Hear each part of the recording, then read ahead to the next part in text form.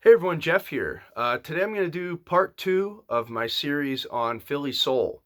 So if you haven't seen the first video, go check that out and then come back here because this is just a continuation of that video. So last time around, I talked about 10 records that I think are essential Philly Soul, and today I'm going to do 10 more.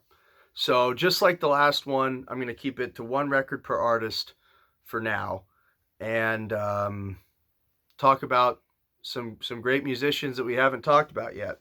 So I guess to start things off here, I want to talk about Barbara Mason, and this is her album "Oh How It Hurts." This is her second album. In my opinion, it's probably her best album, or at least the one you should start with. It has the classic "Yes, I'm Ready" on it. Every other song on here is really good. It's smooth, pop oriented mid 60s soul music. Really, really good. If you like, Smokey Robinson, the Miracles from this period, you're going to love this. And Barbara Mason's such a unique singer, kind of hard to describe, but she just she does a lot of bending of the pitch when she sings. Just like really going in and out of notes, and in a way that is distinctly her. And I love the way that she interprets songs, and this is just an excellent, excellent album. It's very expensive if you're looking for an original, but the reissue that I believe still is in print, very good, solid pressing. So yeah, I would, unless you're looking to drop $100, yeah, that's the way to go. Next one I got here is Dexter Wansel, Life on Mars. Now, Dexter Wansel was very involved at Philly International Records behind the scenes. So songwriting, playing keyboards, arranging, that kind of stuff, producing.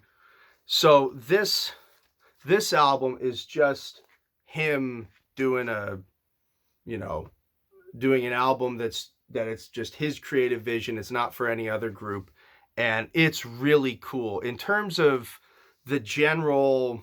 If you just want to think of all Philly soul, this is one of the more outlier, unique kind of albums because it's very, very close to jazz fusion at times. I mean, you really could call the first track on the album "A Prophet Named KG." That really is like jazz fusion. Theme from the Planets is nice, the same kind of deal. And then like Together Once Again is just a beautiful ballad with really cool synthesizers. That's another thing that this album has going for it. It's really, there's some interesting keyboard tones and ideas and concepts going on here. So yeah, Dexter Wansel, Life on Mars. This is a really good album. Next one I want to show here.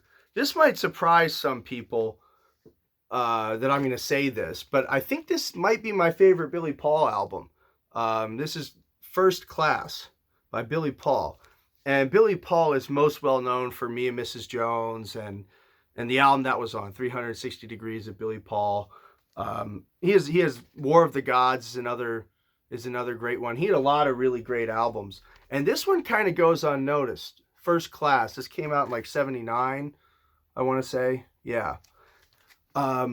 This just has so many really good songs on it. What a Way to Love, So Glad to See You Again. Um, False Faces is really nice. I love this album. And Billy Paul is another very unique singer. I hear a lot of Billie Holiday in his singing, and he's super cool. He sounds as cool as he looks on the cover. Songs are good. Just this is a great Philly soul record. All right, so now the next one is fairly unknown. This is a group called the Thompsons. Now they were brothers that grew up in North Philly, and the only reason I have a copy of this album is because Brewery Town Beats is a record store on 27th and Girard, and they reissued this album. So this is a reissue that came out last year in 2020, and it's a beautiful reissue. Like you know, really heavy cardboard sleeve, nice gatefold. And this album deserves it. The original copies, I think, go for crazy money. But this is a cool Philly soul album that's still in print, and well, I guess only because it's been reissued, but it's in print, and this is a very unknown group that you know, they weren't signed to any major label. I don't think they got a lot of airplay at the time, but this is a cool album. In terms of the ballads on it, they're especially strong, and you know, they kind of have a little bit of a, you know, Delphonics thing going on at times. And one thing that I find particularly interesting about this record is, you know, they didn't have the budget for strings and ornate arrangements that we're kind of used to in Philly soul and everything. So they used a mellotron to do, you know, what I guess the string tracks would be. And it's a cool sound, and they sing really well together. And, you know, the production value isn't as high as something on Philly International, but like, this is a good album, and it's really cool that the people at Brewery Town Beats reissued this record, because it deserves it. Now, another thing that I've purchased at Brewery Town Beats before, that I believe this is still in print as well, is this compilation tape here, We Got Love. And this is all kind of obscure singles. I mean, there's one, they have a stylistic song on here that's pretty popular, but everything else was stuff that I had not heard before. So, and some of the groups on here, it's pretty interesting. Like the Temptones, they have a song called Goodbye that was on Arctic Records. And the Temptones, you know, that Daryl Hall was a singer in the Temptones. So the Epsilons, same thing. They have a song on here called The Echo, and that's got McFadden and Whitehead singing on it. And I'll talk about them next, actually. So yeah, this is just a really good comp, nice songs on it, and it's still available on the website. But yeah, so anyway, McFadden and Whitehead, they were in the Epsilons back in the 60s, and then they went on to, similar to Dexter Wansel, they did a lot of behind-the-scenes stuff at Philly International, and then this is when they came out and, you know, debuted as a, you know, a singing group of their own. And this has Ain't No Stopping Us Now on it, which is obviously the big hit. But all, you know, the other songs are good. It's more in a disco vein than you know, some of the other stuff I've been talking about. But it's got a really good, yeah, You're My Someone to Love is a really good ballad on here too. Yeah, this is just classic album, you know, definitely worth checking out.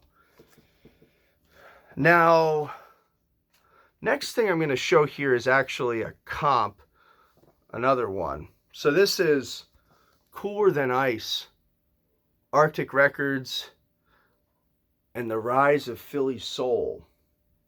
So this is a crazy little, I guess you'd call it a box set. It opens kind of like a book, but it's got 6 CDs and I believe, yeah, 6 45 RPM records. So, you know, I'm going to try to show this here. The way it opens is kind of like this. That's where you would keep your records.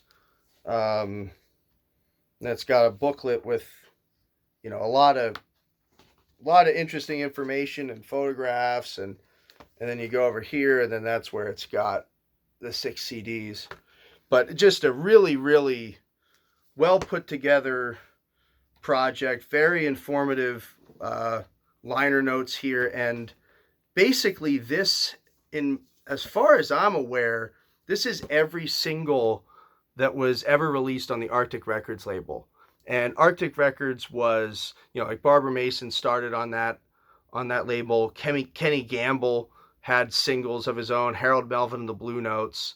the temp tones and the epsilons, I believe the epsilons too, which I've already mentioned. But anyway, no, not the epsilons, but Honey and the Bees, all sorts of old school 60s Philly soul was on Arctic Records. And this is a great compilation. And additionally, the records that it comes with, I'm just going to show this one here. He's Got to Love Me, Barbara Mason, Catch Him Love on the B-side. And these 6 records were never previously issued. So these 2 Barbara Mason songs, as far as I'm aware, were not available prior to this box. And they're good songs. He's Got to Love Me sounds really good, like a finished song that was ready to be put out and turn into a hit. Catch Him Love is kind of unfinished, it seems. It doesn't have the horns or strings or anything, vocals added on top of it.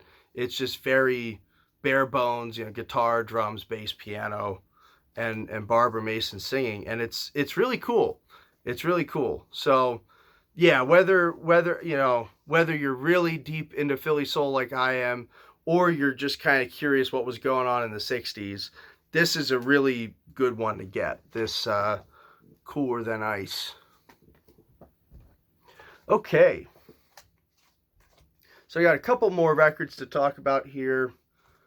First one I'm going to do is Phyllis Hyman, Living All Alone. So this is a much later Philadelphia International record. This came out in like 1986. So this is kind of towards the end of Philadelphia International, being the institution that it was. But this is produced by Gamble, Huff, and Tom Bell. And it's really, really heavy-handed with the 80s production. You just have to get used to it, I guess. It's got the drum machines and the synthesizers and all of that stuff, and it is what it is.